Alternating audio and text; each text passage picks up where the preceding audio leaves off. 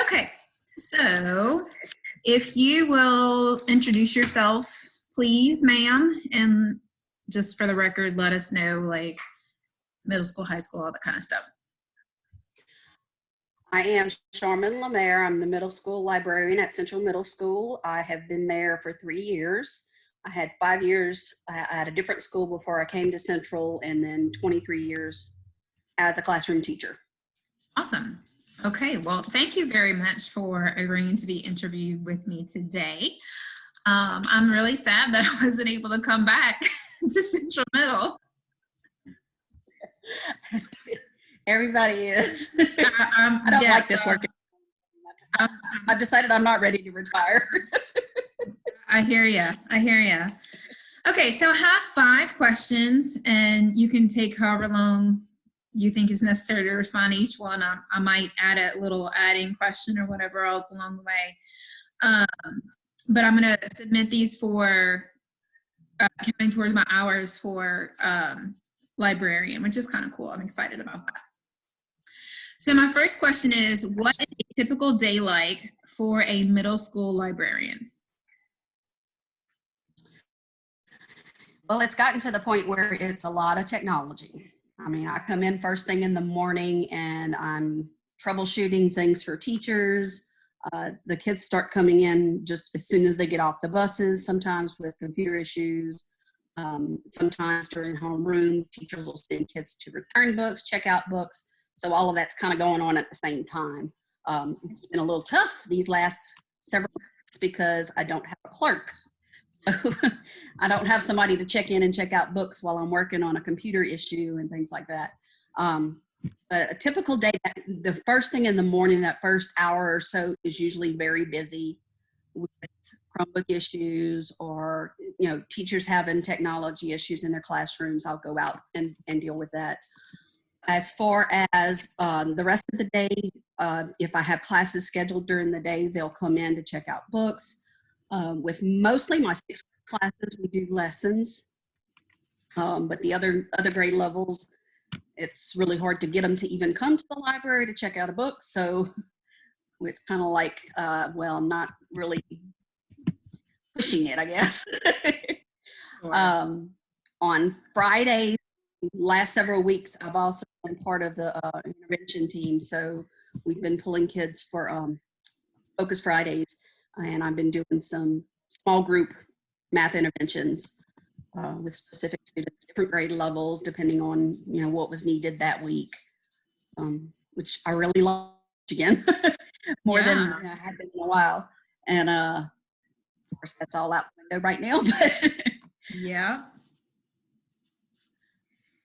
Okay, well, awesome. So speaking of lessons, what is an example of a lesson or project that students have completed in your library? Something that you think would be newsworthy or something that you're like super proud of that's happened in the library, whether it's, you know, in the middle school that you're in right now or prior to that? Well, at Central, I've done a lot with digital citizenship, just teaching them about the ins and outs of being online all the time, what an effect it has, and how they need to be careful with their information and those types of things. And I'm hoping that it's made a difference to some of them as far as what they put out, susceptible to, you know, online predators and things like that. Right. But just that, you know, that digital footprint is always going to be there. You know, what you do online is there forever. It's never going to go away. Somebody can always find it. You know, they be careful about what they say, who they say it to, where they post, because somebody can always find it. And absolutely, I think it's gotten quite a few of them. When I was still at Lori, the last year I was at Lori, I actually taught a kind of keyboarding tech class every other day. And I enjoyed that because they allowed me to really focus on whatever I needed to, and the kids would come in and they would do, you know, their keyboarding lessons for the first 30 minutes or so, just practicing their typing skills. And then we would focus on all of the Google apps how to use the different apps that are us, all the different everything from Google Docs and drawings and spreadsheets and all of those different things. If the kids wanted to learn about something specific on their Chromebooks, I could do that as well. And every once in a while, one of them would come in and like, Miss Lemaire, do you know how to do this? And it's like, sure, I can show you how to do that. And we do that. Awesome. Okay. So let's see, how do you ensure that your students meet the AASL standards of inquire, include, collaborate, curate, explore, and engage? I know that can probably be challenging, especially in middle school. Especially when you can't get them to come to the library. Right. I have done things where I go into the classroom to teach them about, the research skills that we have and or the resources that we have available for them to research. You don't get a lot of research projects in middle school anymore. They used to do a whole lot more of that than they do now. The science and social studies teachers would always have projects going on, and then it's just not that way anymore. Some of them, they don't want me involved in their classroom stuff, so I just kind of stay away from them. But the ones that want the help are happy to give to them. We do make sure that they're when we talk about sources and all of those things. We the easiest way, the correct way to cite online sources as well as a physical source book, an not encyclopedia, because I don't think they even know what an encyclopedia is anymore. We have two sets of them in the library, so out of date, and the kids are like, "What are those?" It's like, we used to live in those books. Yeah, you're right. You're right. It's funny that, I think at one point in time, I was at a garage sale and somebody was selling them and people would just pick up individual ones and, like they're almost a thing that kids can just cut out of anymore because they're out of date, So I'm like, we even have them at the library at Central Primary, and I'm like, they just collect dust at this point in time. I know the ones we have are probably 20 years old. Yeah. So, and I mean, everything is, and Encyclopedia Britannica was smart enough to move to a digital platform. So that way they can update all of their information and things like that. But we certainly don't have to search it like we used to, or, where we have advertising and things like that.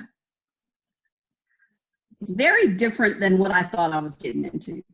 Okay. So how are you? I was looking. I'm sorry. To the book side of things.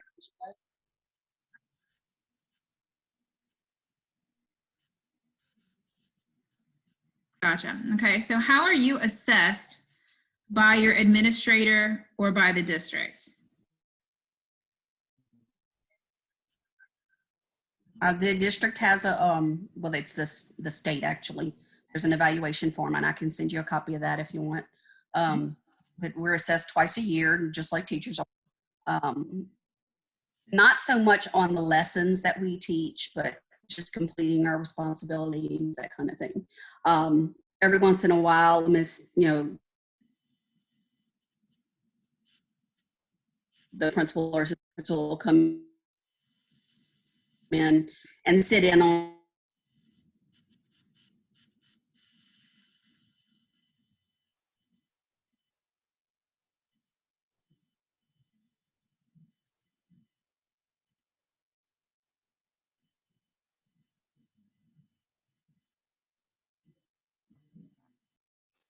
There it is. Hey, sorry about that. I don't know what happened. I don't know either. That was really weird. I'm just staring, and I was like, what? Well, and we actually had internet issues earlier today. I had to call ETEL, and they're telling me that our router is 2 generations old. And I'm like, okay, so tell me this. I said, is it because everybody's working from home, or is it because, I'm like, really, there's not a whole lot of difference except that people are working at home. But I was like, it takes the same bandwidth whether you're working at Price LeBlanc or you're working at home. So I don't understand, like, I don't know. Anyway, but We're all working online anyway. exactly. I was like, everybody has to access stuff online. So like, I'm having a hard time understanding like the whole like struggling to get internet. But I mean, I guess because your home now normally doesn't take the type of bandwidth that we're using, it's definitely, Yeah, with the videos and. yeah. So it's overloading the system, and the guy told us that we had a second generation, or like we're 2 generations behind in a router. And I was like, so do we wait till COVID's over? He's like, oh no, we have the drive-through open. I was like, oh, so I'm just gonna go drop off the router and pick up a new one. He's like, oh yeah, you can do that. And I was like, oh Lord. Bring the Lysol and the wipes. I have to check on that too. Well, I mean, and especially, I said, look, this happens about once a week. I said, if we get a new router, is that going to help with the problem? He's like, probably. So I was like, okay, so, you know, at the end of the day today, maybe early next week, we're going to have to go over to ETO. And we want to drop off our cable box anyway. This totally has nothing to do with the interview, but, right. And I've been wanting to do that myself. But yeah, just drop it off and be done with the whole thing. We're like, we'll just get Disney cards and make the kids happy. So, do you keep your, back to the interview, your, when I was talking to Jody Delat yesterday, for an interview, and she was saying that she kind of keeps a portfolio, maybe a binder of the things that she does. So that way her, like Miss Knight and Miss Anna do come through and they do more walkthroughs versus, an actual sit down evaluation. And she says that most of the elementary, and I didn't know if it was true of the high school and the middle, kept like a portfolio of what they kind of did in the library. Is that true of you as well? I did when I had regular classes at Lori. Got it. But at Central, I haven't had to do that. It's just, I mean, it's lessons every other week. It's the same thing with all the classes for grade. It's just, it's more of a, it's not as structured. Gotcha. Okay. A regular class. Right. That makes sense. It's just, it's more of a every day or every other day. Okay. And then my last question is, what advice do you have for new and aspiring school librarians?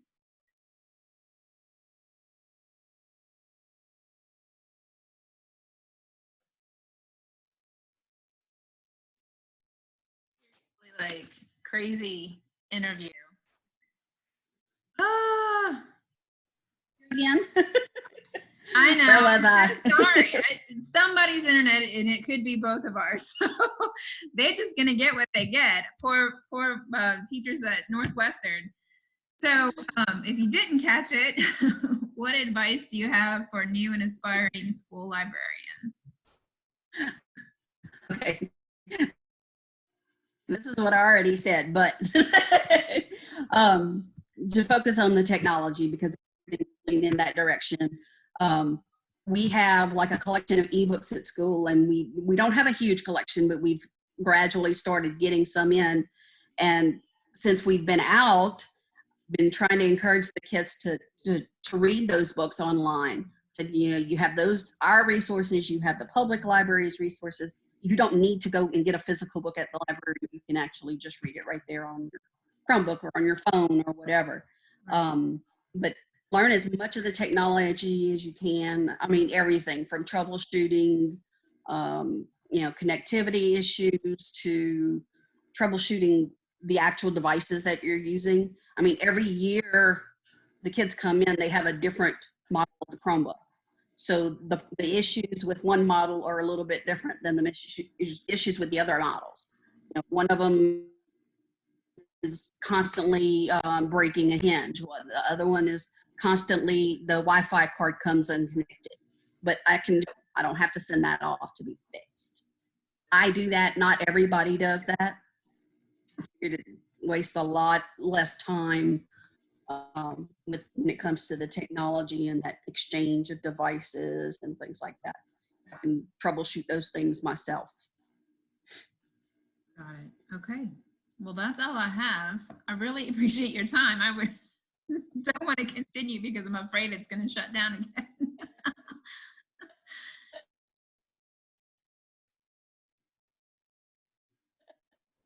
They were frozen There's again. no problem. There it goes again.